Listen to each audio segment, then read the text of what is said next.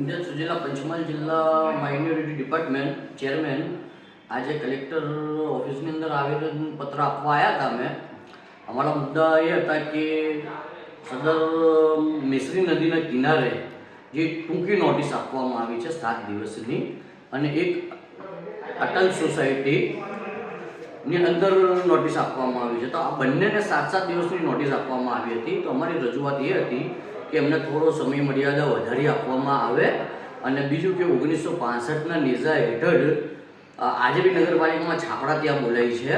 તો એ લોકોને એ હેતુસર છાપડા એ લોકોને કમ્પ્લીટ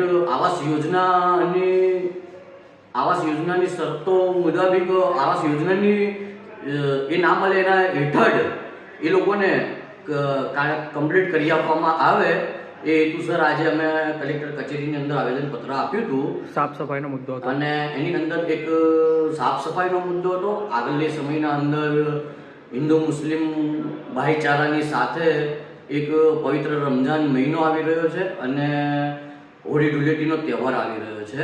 તો અમે રજૂઆત એ પણ કરી કે સાફ સફાઈ, સ્ટ્રીટ લાઇટ અને હમણાં જે રોડ બન્યા છે ટૂંક સમયની અંદર એ બિલકુલ ખરાબ રોડ બન્યા છે, રાત્રે બનાવ્યા છે અને સવારે પોપડા એના ઉખડી ગયા છે. તો એ કોન્ટ્રાક્ટરનું પેમેન્ટ પણ રોકવામાં આવે.